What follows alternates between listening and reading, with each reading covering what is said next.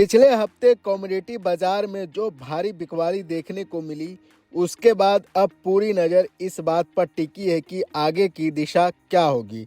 खास तौर पर चीन के निवेशकों की भूमिका इस समय सबसे ज़्यादा अहम मानी जा रही है।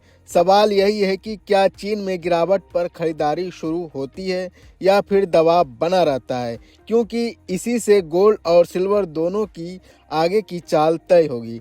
3 फरवरी को सोने की कीमतों में एक बार फिर मजबूती लौटती हुई दिखाई दी। रिकॉर्ड तोड़ रैली के बाद जिस तरह अचानक तेज बिकवाली आई थी, उसके बाद अब गोल्ड अपनी कुछ खोई हुई जमीन वापस हासिल करता नजर आ रहा है। इससे पहले वाले सेशन में सोने की कीमत करीब 5% तक टूट गई थी, जो पिछले 10 साल से भी ज़्यादा समय की सबसे बड़ी गिरावट मानी जा रही है।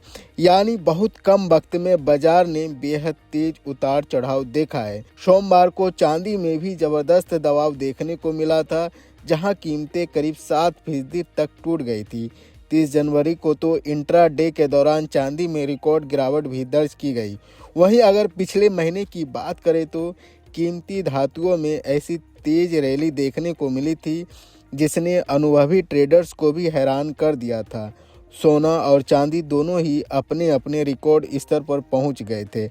अब ताज़ा तस्वीर की बात करें तो मंगलवार को स्पॉट गोल्ड करीब 4% तक उछला और आखिरी कारोबार में 2% से ज़्यादा की तेजी के साथ $4,771 प्रति औंस के ऊपर बंद हुआ।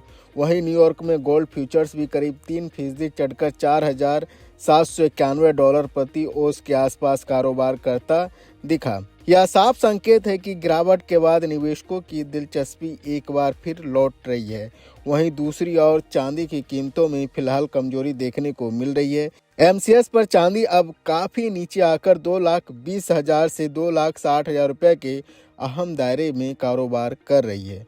कुछ समय पहले तक चांदी 4 लाख रुपए से ऊपर निकल चुकी थी और 4,20,048 रुपये के रिकॉर्ड स्तर तक पहुंच गई थी।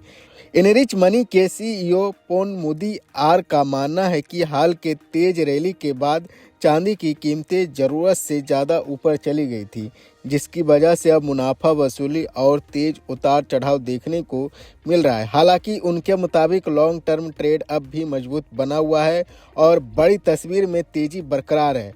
उनका कहना है कि 2,20,000 से 2,35,000 रुपये तक स्तर चांदी के लिए मजबूत सपोर्ट का काम करेगा, जबकि 2,60,000 से 2,70,000 रुपये के बीच बड़ा रेसिस्टेंस देखने को मिल सकता है। अगर बाजार में तेजी का माहौल दोबारा बनता है तो आने वाले समय में चांदी 3,25,000 रुपये तक सफ़र भी कर सकता है।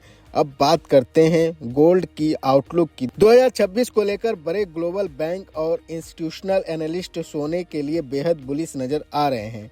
डॉयचे बैंक ने गोल्ड पर अपना सकारात्मक रुख बरकरार रखते हुए $6,000 प्रति औंस का टारगेट किया है और UBS का अनुमान है कि सोने की कीमत $6,200 प्रति औंस के स्तर पर भी ऊपर जा सकती है। वहीं JP मॉर्गन का मानना है कि साल के अंत तक गोल्ड $6,300 प्रति औंस तक पहुंच सकता है। कमोडिटी बाजार इस समय बेहद अहम मोड़ पर खड़ा है। उतार चढ़ाव जरूर ज़्यादा है, लेकिन लॉन्ग टर्म तस्वीर अब भी कीमती धातुओं के पक्ष में नज़र आ रही है। आने वाले दिनों में चीन से आने वाले संकेत और ग्लोबल निवेशकों की चाल तय करेगी कि सोना और चांदी अगली बड़ी रैली के लिए कितनी जल्दी तैयार होते हैं।